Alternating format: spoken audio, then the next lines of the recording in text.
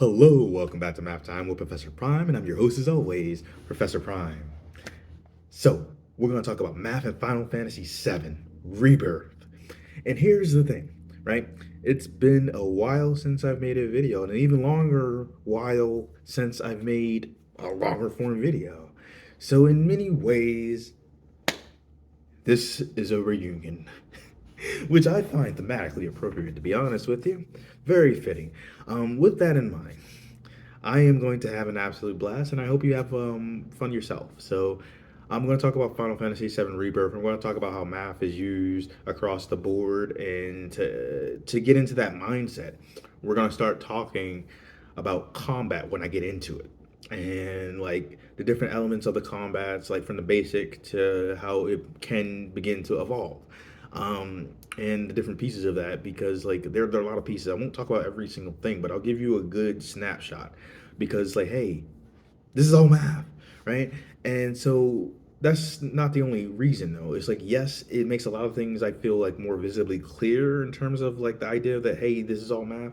But in addition to that, the combat's fun, and it also helps you navigate the world as well as the narrative. It's crucial. It was designed to be that way. And so I'm going to get into all these things and more, much more. And I'm also going to tell you my opinions on the game. For the record, I liked it. I liked it a lot. And I'm going to get into the specifics later on in the video. And I'm also going to really just be talking about Final Fantasy VII in general when I get to that point, because it's hard to not. So assume all the spoilers. Assume all the spoilers for Final Fantasy VII Rebirth, Final Fantasy VII Remake, Crisis Core, Advent Children, Dirge of Cerberus, and really everything and anything Final Fantasy VII. It's all fair game here. Now, will I talk about all these things? Maybe. Maybe not. But it's possible, and I am not holding back here. So assume all the spoilers, and if you're still on board, let's rock, let's roll, let's talk about some Final Fantasy VII. One more time, spoilers ahead. Assume all the spoilers. Let's do this. Welcome to my reunion. All right, so here's the thing.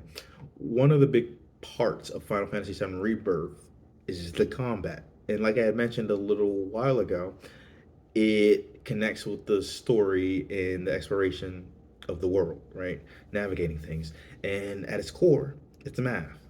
To start, the very basics of the combat is that you dish out damage and you try to avoid taking it, unless there's some strategy involved in taking it.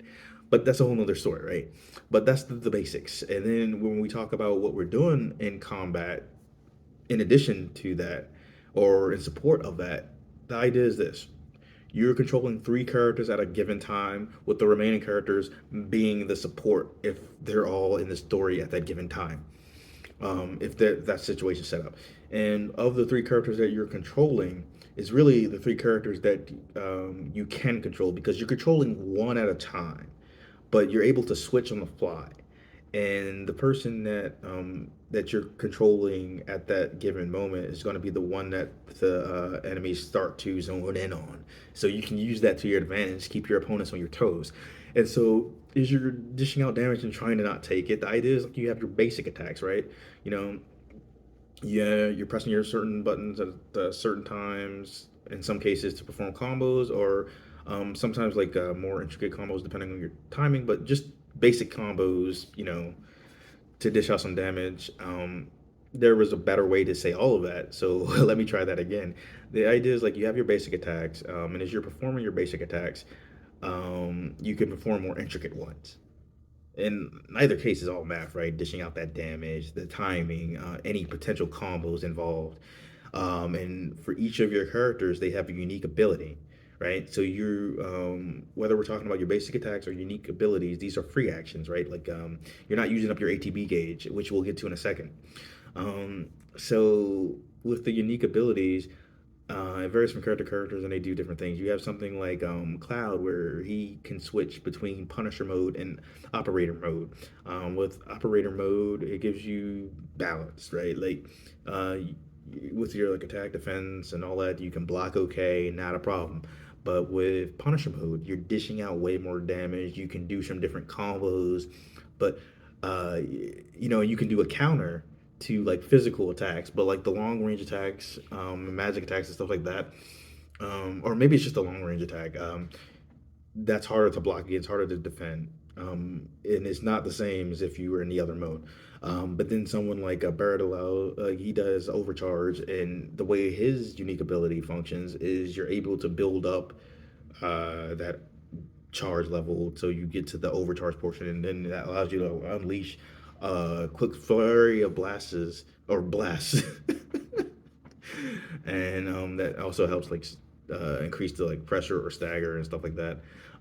Again, there are better ways to say all of this stuff, but my point is they're different. And someone like Tifa, she has her unique ability is like whirlwind uppercut, and what's cool about her is she has an ability called unbridled strength, and if you're using those abilities, that changes the whirlwind. Um, oh my god, the whirlwind uppercut into like omni strike, and then later rise and fall. I'm trying to remember everything as I go. But and we'll talk about abilities as well. So yeah, we have the basic attacks, we have the unique abilities, and then we have the ideas of abilities in general in the ATB gauge that we were talking about a little earlier. With the ATB gauge, the idea is that as time progresses, the ATB gauge fills. Now, as you go on, the more attacks you land, that helps it fill quicker.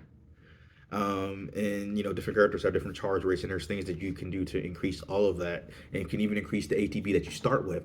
Each character gets two ATB gauges, but there are certain things that you can do in the game to get three, and we'll get to that. But that's a temporary thing. So with the ATB gauge, it allows you to do different abilities associated with the characters. They come with some to start, and you know, it could be anywhere from like attacks that have more power, buffs, debuffs, changing the sort of attack that you unleash. There's a lot of options there. And the ATB gauge not only allows you to use these abilities, but allows you to use magic, whether it's offensive magic, defensive magic, or restorative in nature. And the idea is like, you know, we're dealing with all these things, and you're trying to dish out damage, trying to not take damage, and you have your HP, which keeps track of your health, and you're trying to not let that reach zero while you're trying to get your opponents to reach zero. And whether you're looking at the numbers or the gauge, the idea is that it's a representation of what's going on, right? Of your health. And that's cool. And with your MP, the idea is like you're using that, you're being strategic, and you're trying to not get it to be zero all the way, or at least like that's the way I do. I try not to get to zero if I can help it, but the idea is like you're trying to use it strategically either way, right? Because you have a limited amount in most situations. That's a whole other thing too. Um, Now, those are some of the basics with battle, and we're gonna get into like stats in a little bit, along with items and accessories, materia, and all that good stuff.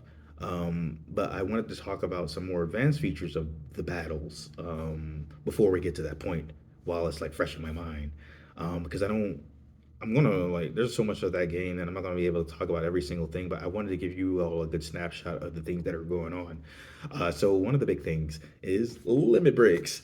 I enjoy limit breaks. The idea is like you're taking damage, and as you take damage, your limit gauge fills, right? And it fills until it gets to its max. And once it gets to its max, um, you can use that limit break, and it's a free action. You don't have to use your ATB gauge. Like you don't have to use one of those. And the idea is a lot of the limit breaks allow you to dish out a lot of damage, but occasionally you get ones like Earth, which allows you to like, you know, heal, like heal your party to a degree, you know, stuff like that. But the idea is like, this is all math, right? Like, just the basic attacks that we've been mentioning, but also like filling up the gauge itself, the idea of a limit, the idea of a limit break, and what you can do, whether it's dishing out damage or healing. Um, Anyway, limb breaks are cool, but while that is the damage part is a big part of it, it's not the only way to fill up a limit gauge. The other big way is the idea of staggering your opponents, like being able to do that. So we can talk about pressure and pressuring, staggering, and then kind of segue into synergy skills and synergy abilities, and also tie that back to the limit break, and then go from there. And eventually, we're going to get to a point where I feel like I have told you what I wanted to tell you about the math part, and then I'm going to get into my feelings about the game. Um, So anyway, right? Gotta remember what I just said. So like we talked about limits, right?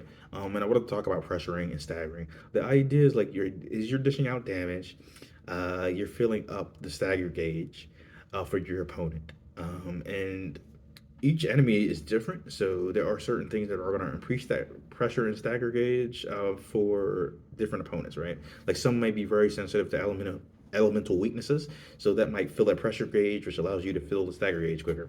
So to back it up for a second, each time you're attacking your opponents, their stagger gauge is starting to fill. Now, if you are like unleashing a bunch of blows in them, or a bunch of abilities or magical spells, that might start to pressure them, right? And if you start to pressure them, the rate at which their stagger gauge fills increases.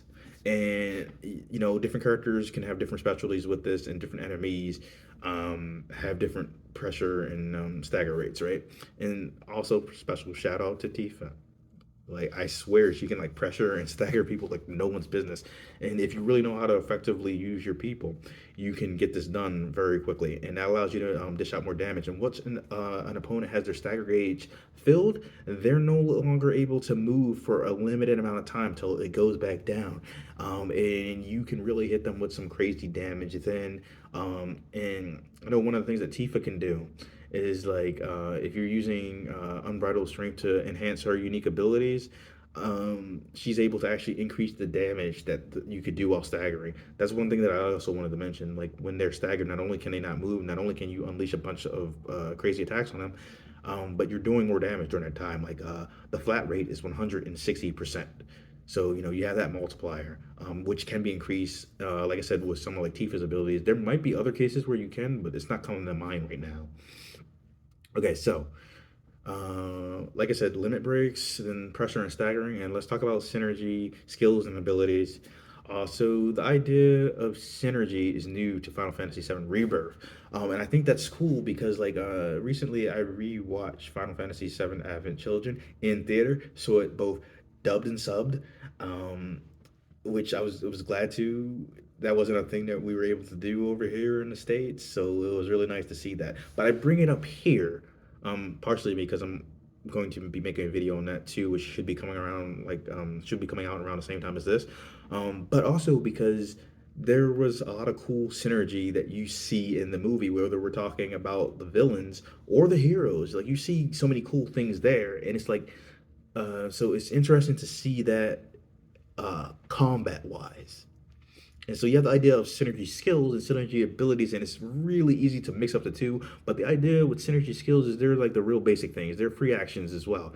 So by pressing the guard button, you have certain synergy moves that you'll see, and this depends on like which characters you're using at a given moment. Some of these are offenses, some of these are defenses, and as you're using those, that helps with filling up your ATB gauge. That helps with the idea of just synergy in general. And the idea is you want to get to a point where you can use synergy abilities, and using certain abilities, certain actions also increase that.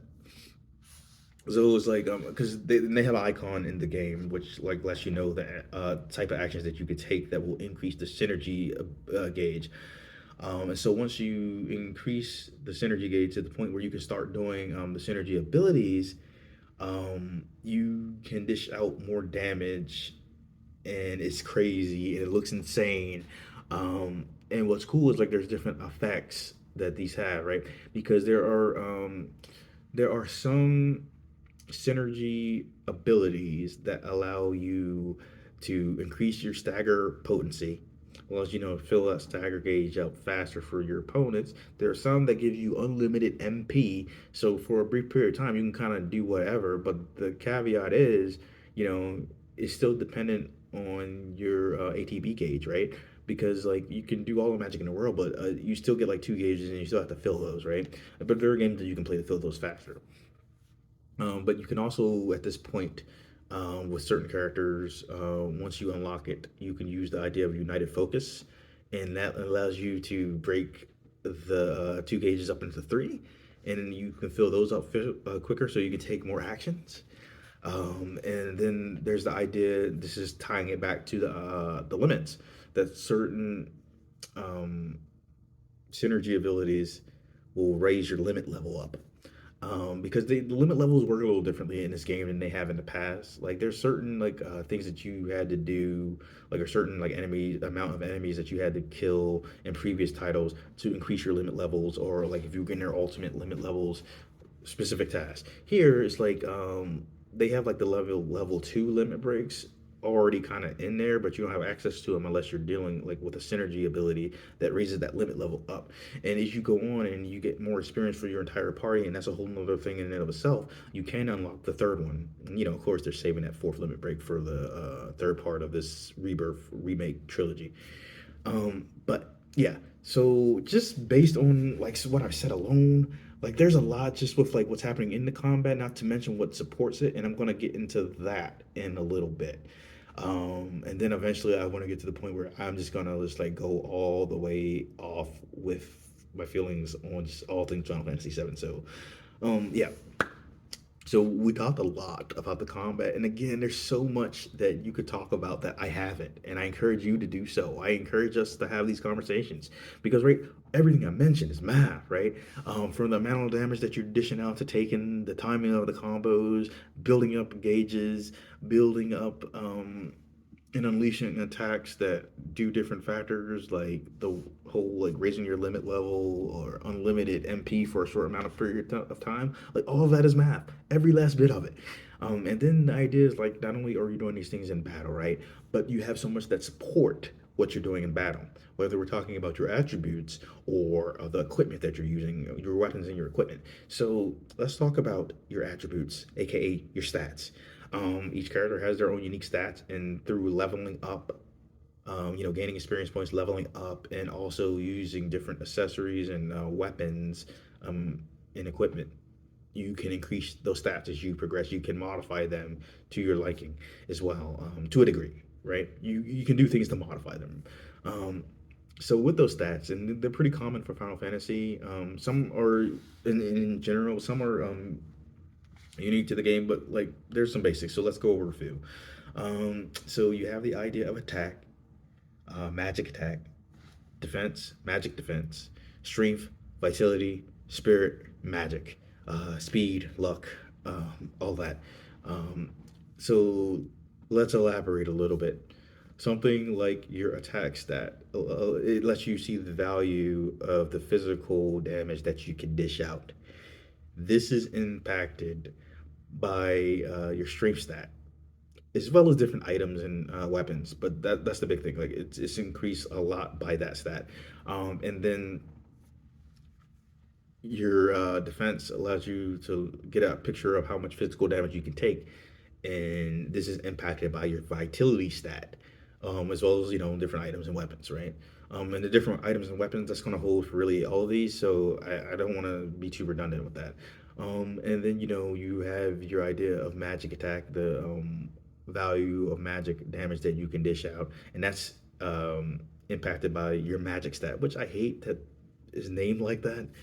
And then with magic defense, that's impacted by your spirit stat, and that allows you to know how much magic damage you can take. Like it gives you these idea things, right? Because in battle, things are going to vary. You're going to have buffs and debuffs, and different opponents are going to have different, unique things about them. Where there's a lot of damage calculation going on behind the scenes, right? But the idea is like it's all math, right? And then you do have things like speed, and in this case, that allows you to know like how fast the ATB gauge is gaining, and stuff like your luck stat, which gives you an idea of how much how your critical hit rate. Like, and the idea with critical hits is just like you're doing more damage than you would, at certain points, and this allows that rate to increase. um or sorry, luck lets you know how much that's going, and there's so many things that can impact that as well. So your attributes lets you get a good picture of how you're doing in battle, and you're gaining experience points either through these battles or through side quests, through quests. And also you have a party set of experience, or like a party level. And as you're going on and you're doing everything that I was saying, like doing the combat, doing the quest, doing the side quest, you're increasing your party level, and that allows you different options and different abilities when you're upgrading your characters. So and there's a lot to that and branching out. And when you go there, right, you have the idea of SP, and that allows you to pick what you want to do. You have a limited amount, but you get more as you progress, and your weapons get used more, and all that good stuff. You can also reset and try to branch everything out, and that's crazy. And then you have the idea of materia, which is like very impactful for both the combat and the story, right? Because materia is a big part of like just everything. Like it's a big part of the characters, Shinra, what they're doing, the damage that they're dishing out, and talking about Mako and how that leads to materia, and just so many things. And as far as combat is concerned, there are options. There are so many options, right? Because you have magic materia, you have command materia, you have support materia, complete materia, and summoning materia, and all of these are mathematical in nature and allow you to do a variety of things. So as you go on, right, like you have different weapons you use, different equipment that you use, right? And with each of these weapons and each of these equipments, they come equipped with a certain amount of slots for materia. And so you have to be strategic in what you want to do and what material you want to like attach to your party. And to give you an idea of some of that materia and what they do, you have things like magic materia, and you can do offensive magic like fire, ice, thunder, stuff like that. Or you dish out damage. You can do defensive spells that allow you to take less damage. Things like barrier, for instance. Then you have things like restorative magic, like cure, which allow you to recover some of your health.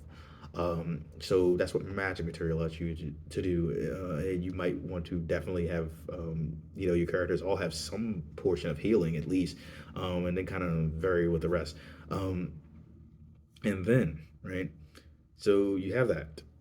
And then you have the idea of command material, and it allows you to do different things like assess or steal. But these, like the magic material, they need an ATB gauge, one at least, to use. But they allow you to do different things, right? Like steal allows you to take different items from your opponent. Some can be rare. Assess allows you to get a good idea of the HP for your opponent and potential weaknesses and what you might need to pressure and or stagger them. And also potential things that they could do to you that could be really bad. So I think that is definitely worth the slot is definitely worth the ATB gauge. But that's my opinion. So you have those. You have the idea of support material, which I admit to you I don't usually use, but you can enhance different material, right? Like take the elemental materials, right? You might be able to magnify their effect, or you might be able to when you use them, uh, either absorb damage of that same type or get more HP. There's a better way to say all that, but the idea is you can play around with that. I don't use support material that much. And then you have the idea of complete materia where you have things like HP up, where it increases your HP to a certain extent, and as that materia grows, it increases the HP even more.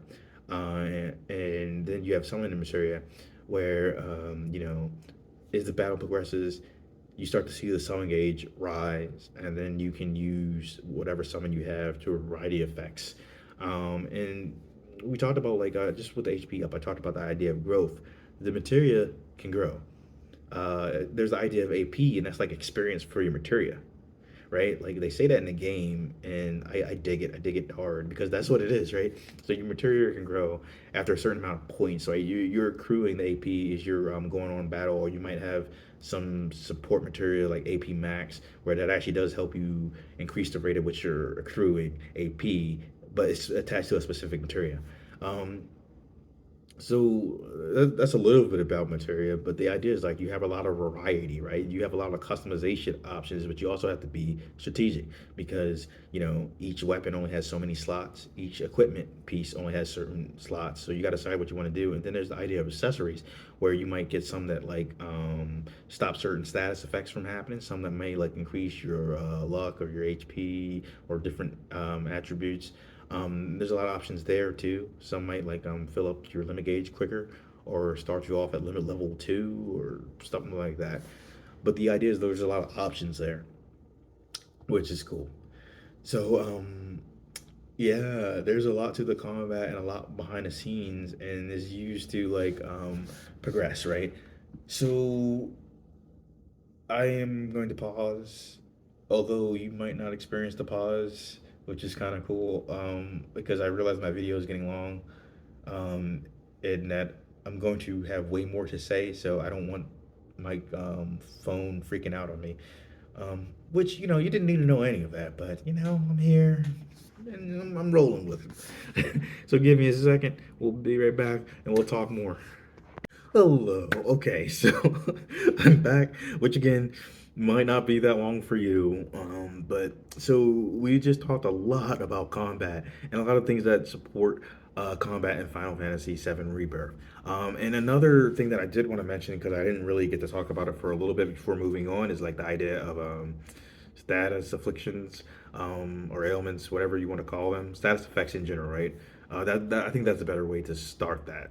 So their idea of status effects, some of those effects, or ailments, and some of them are actually beneficial, and you can use those in battle for a variety of effects.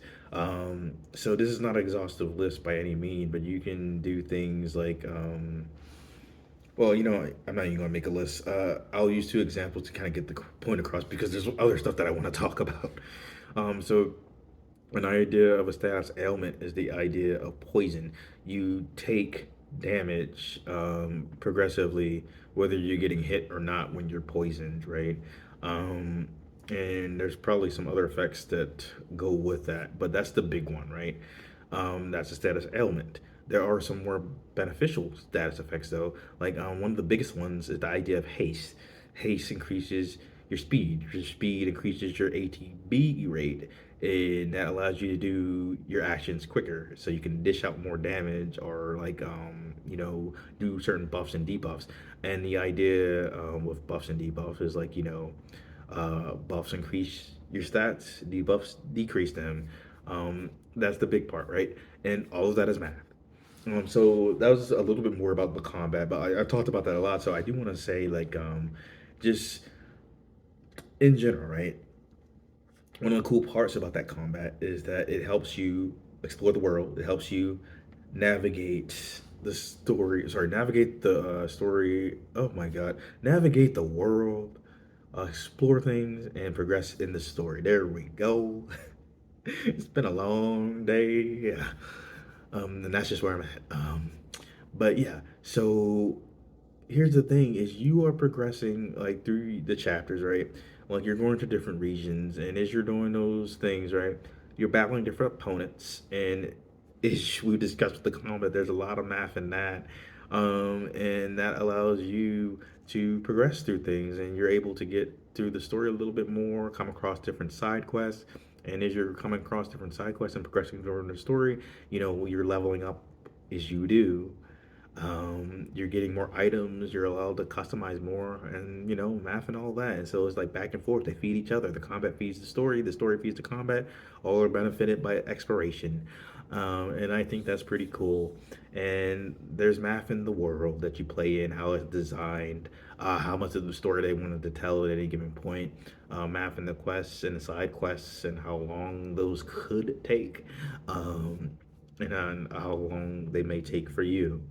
And there's math in the music. Music is an inherently mathematical concept. Sound is an inherently mathematical concept. The basics for sound is that you're dealing with vibrations through a medium, and our understanding of that, its properties, and just all the things about that are amazing, and they're all math. And then when it comes to music, with that specific context, you take that idea of sound, something that is really basic, but it has such power, has such wonder. It can make you feel certain things. It can enhance the moment, right? You might have something that's like a little bit more slow down or quiet for certain scenes, and that might make something come across as more somber. You may have something that sounds more robust, something like a battle theme, and it gets you amped up. There's so many cool things about music, and it's inherently mathematical. And Final Fantasy has some of the best music around to the point where it's its own genre. Like gaming music is its own genre, but like you could call Final Fantasy music a subgenre of that. But I think it's fair to elevate it and say it's a genre in and of itself. It's powerful, and I think that's a beautiful thing. It's math. And while we're on the topic of music, Rebirth, that soundtrack, I mean, God, it goes so hard for no reason at some points, and I'm absolutely here for it. Like, there's a point, right?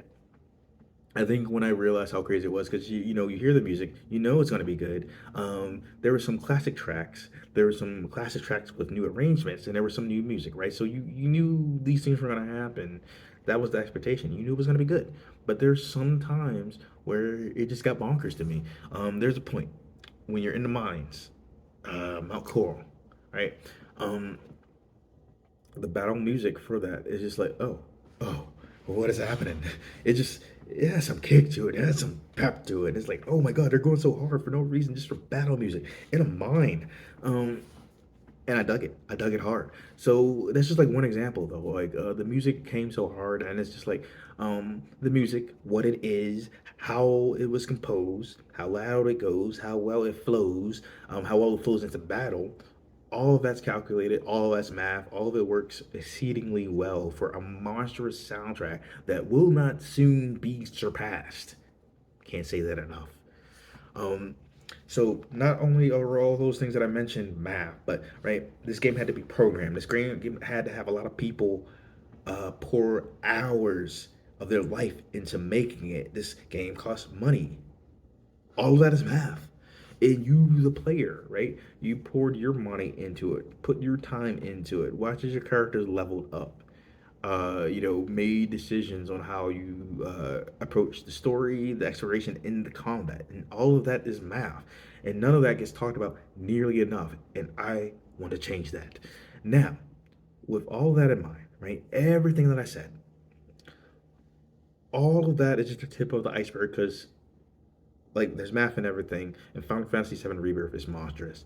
Now, for this next segment, if you all are still around, I want to talk about my feelings about the game, about the other games, the movies, all of that material. And I am not holding back. Like I started this video by saying that there'd be spoilers, right? And you could assume that anything and everything is fair game, and I meant that. So, if you're still here and you somehow, you heard that warning, but you've heard enough where you're like, I want to play it for myself. If you haven't and you want to avoid the spoilers, I get it.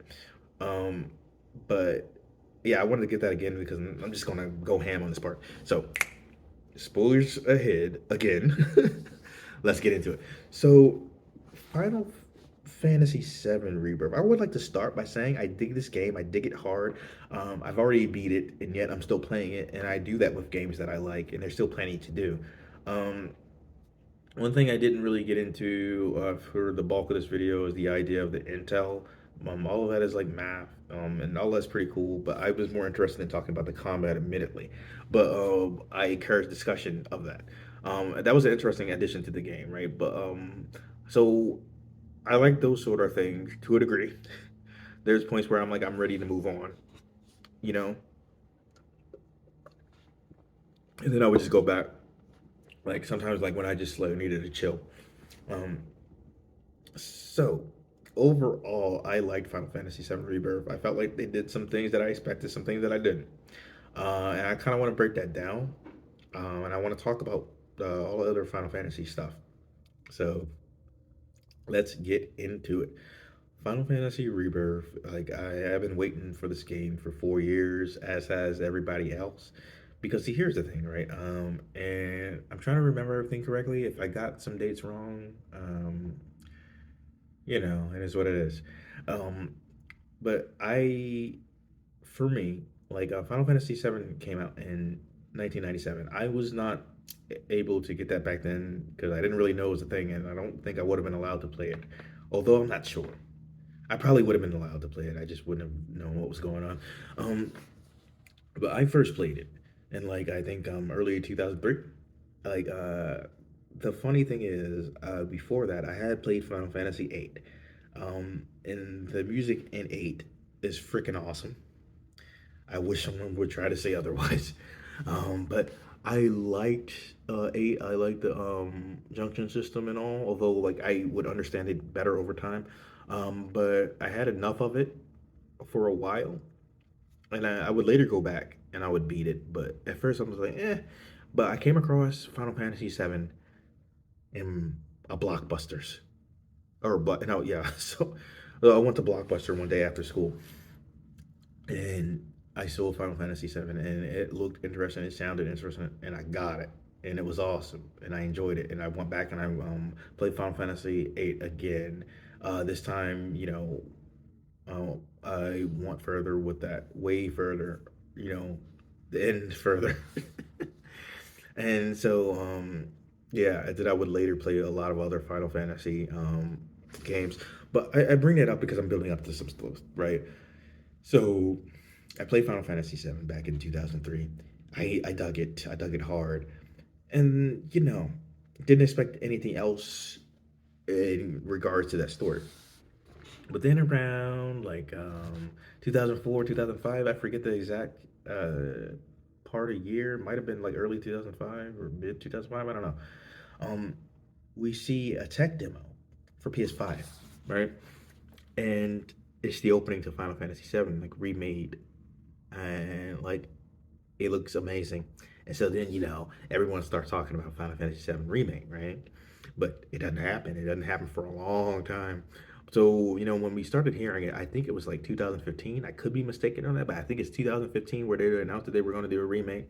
And it seemed like it was going to come out in 2017 in time for the 20th anniversary of Final Fantasy VII, but it didn't end up happening. And it kept on getting delayed, and then eventually they announced that it's going to be like multiple parts, and it's like, whoa, there, what? And then Final Fantasy remake comes out in 2020, right? And I dug it. Some people did not, and that's a whole nother thing. But I dug it. And the ending, which was divisive, um, that set a lot of people off, but some other people enjoyed it. I personally enjoyed it, but it left me questioning things for a while because it's like, so we have this idea of remake, but it's not just a remake. It's kind of like a re-rake, reboot, sequel sort of deal, right? Like, I mean, if you played it, you know what I'm talking about, right? Because like, the end is just like, holy crap, things are open now. Because again, remember, this is spoilers. Um, all game, one of the things that I noticed for remake, and again, I'm building up to something. One of the things that I noticed in remake was that like Sephiroth seemed to be more confident, seemed to know way more, and at certain points, it almost seemed like there was two. And it's just like certain points, it's just like, hey, wait a minute, is this having children like Sephiroth, right? So I was pretty sure there was like more than one Sephiroth running around, or like one that's just but one that's like in this timeline or something. And then Aerith, like she knew more than she should, so it's like, hey, either we're dealing with OG Aerith, or she's been talking with a version of herself or something, right? So that's what I walked away with. And then the ending happens, and it's just like, holy crap, okay, might be onto something here. And there's so many theories about it, and so jump ahead till we're finally in rebirth territory, right? When I was playing the game, like one, it opened in a way that I don't think anyone expected. And again, I can't stress enough spoilers. I just want to be nice about that, but you know, uh, I'm just gonna just go all out at this point. So you start by playing Zach, right? It is like, whoa, what? You knew he was gonna play a bigger role because of how a remake happened, and also like marketing. I mean, dude's on the cover, uh, you know, for the game, and it's like, okay, so you start off with Zach, and so it's like, where are they going with this, right? But then as you progress, it feels more like the original Final Fantasy VII, but they did not forget the events of Rebirth because you started playing with Zach in like a different timeline. And so, things are progressing, and I'm enjoying myself, and I'm just like, hey, wondering when they're gonna mix it up a little bit. And so throughout the game, they do that, right? You see more from Zach. You see some different things with like the live stream. Uh, that you didn't see before. Like there's a part with like Tifa, and she's like in one of the weapons, and she's seeing her memory, she's seeing the live stream, and she's seeing Sephiroth take on some of the weapons, and it's just like, what is going on? Um, and so I'm enjoying unfurling the mystery, and I was talking to like several of my friends about it. Like, talk to some people online about it. But I was trying to like avoid doing that when I could, because like people just they spoil like no one's business. But like, I had a system with my friends, like we talk about different points, like, oh, what chapter are you on, and like we try to really navigate things carefully. So there were some theories that would get thrown around, and just trying to figure out what was going on. And so I think Final Fantasy VII Rebirth is interesting because like I liked it, and there was definitely some things that I didn't expect, but it played it safe in some areas just to kind of pull the rug from under you, because there's like it almost felt like a reset for some of the characters, where it's like they felt more like their original versions, but it's like these are definitely different people at this point. And due to the events of remake, it's like, yeah, uncharted territory. So, but again, like one of the things they did was like they kept on zooming back to like the Zack stuff or some different stuff along with the storyline. So it was like when you were getting too comfortable, it's like, no, there's gonna be some different things that are happening here. So I wasn't sure how they were gonna play the scene with Earth. Like, you know what I mean? We have our answer now. Um, so I actually need to replay the last chapter, and I mean, I don't need to, but I want to, because it's like I'm still processing that, right? Because you get like a typical, or what feels like a typical boss gauntlet, but it's not, right? Because you get the boss gauntlet that you see in a lot of games, like on that last stage, or you got the boss, you have multiple fights with the boss and different stages and all that. But this was crazy because just like we're having this battle across time, across space. You have Cloud, you have Zach, you have your crew, eventually Earth, and it's just like everything is popping off left, right, and center, and it's getting weird. It's getting wonky. Um, it was enjoyable because of how crazy it was, but like I'm still processing it. I was hoping that they were gonna do some different things, because when it came out, or sorry, when it started, we started hearing more news. They were touting the fact that you could easily get 100 hours out of the game. So it's like, what does that mean? Because like for remake, right? I got a lot of hours out of remake, but I think like most people probably did like 30 or something like that, and that was just taking the Midgar section and expanding that. So it's like, well, what happens when you expand the rest of the material? Like I think 100 hours or so is more than enough to cover the rest of the game. And to be fair, they kind of do that, and they kind of don't. Uh, you know, it's wild, right? Because they kind of they go up to a certain point, but with the Earth stuff, there's a bunch of stuff that happens after that in the game, but in the original, that they can tap into some different ways. But here, once the Earth stuff happens, everything just starts popping off, right? And it kind of gets to a point where you're dealing with like the Sephiroth stuff, like you did in the original, to the point where you're even fighting his Bizarro form, or I think they said Sephiroth Reborn or something in this one, but they didn't have Birth of a God like the music associated with battle, which is a shame because it's a good track, but they still had good music. Um, so they're doing all that, right? Um, and so it feels like between that and facing Sephiroth again after that, that is very akin to the original. But of course, there's more game to tell because you're doing a part three, right? So it's just like it was crazy, and the big difference, of course, is that like one, Earth is still fighting after she's dead, and then like Zack, that part, and then like Cloud fighting Sephiroth from kind of the center of everything. And it's just like wow, because like I enjoyed the game, and then like when you got to that end, it just like blew my mind, because it's like, okay, so Sephiroth is taking the reunion thing like way too far, because it's like, hey, I don't want to just do a reunion on this Earth, or the planet in this, but it's like I want to do a reunion across all timelines, across all things, and it's just like, dude, what are you on? And it's just like fascinating too, because one of the things that I was talking about with some friends is just like who's really in control, or Sephiroth. I feel like if you played the original and you played that With the English translation, that can be confusing at points. When you start to dissect it, it seems like Sephiroth at some points, and then like Genova at others. One of my friends, they were like, "Well, you got to ask yourself some questions. Like, you know, who's in charge? Is it Sephiroth? Is it Genova? Or is it more like a fusion at this point, right? Which is fair, right? That's a fair question. And I thought that was awesome, and I'm glad they brought it up. But yeah, so like I debate that sort of thing because like on one hand, right, like we see Sephiroth doing all the stuff, but he's different after Nibelheim, um, right? He's not the same, and his desires are Genova's, right? But then another question that one of my friends had was like, well, is Genova even sentient? Which I just like, I don't know. And it's like, how does that affect Sephiroth, if at all? And like, who's winning? And was there a battle of wills, or did they become a fusion? It's like, um, I think it's just fascinating to me because I think like you could argue that yeah, it's more of a fusion of wills and things because like Sephiroth, like his purpose doesn't really exist without Genova at this point in the story. Um, and I find that fascinating. Either way, it feels like everyone's screwed. I don't know how they're getting out of this one because they wrote themselves into a corner, but I'm sure they've considered the ending. So I guess we'll just have to see how the heroes persevere. And I'd like to point out that Cloud versus Sephiroth is iconic. It's awesome, right? You got this like a very, very personal battle here, right? But I think Sephiroth versus Earth is supremely underrated, and that should get some credit too.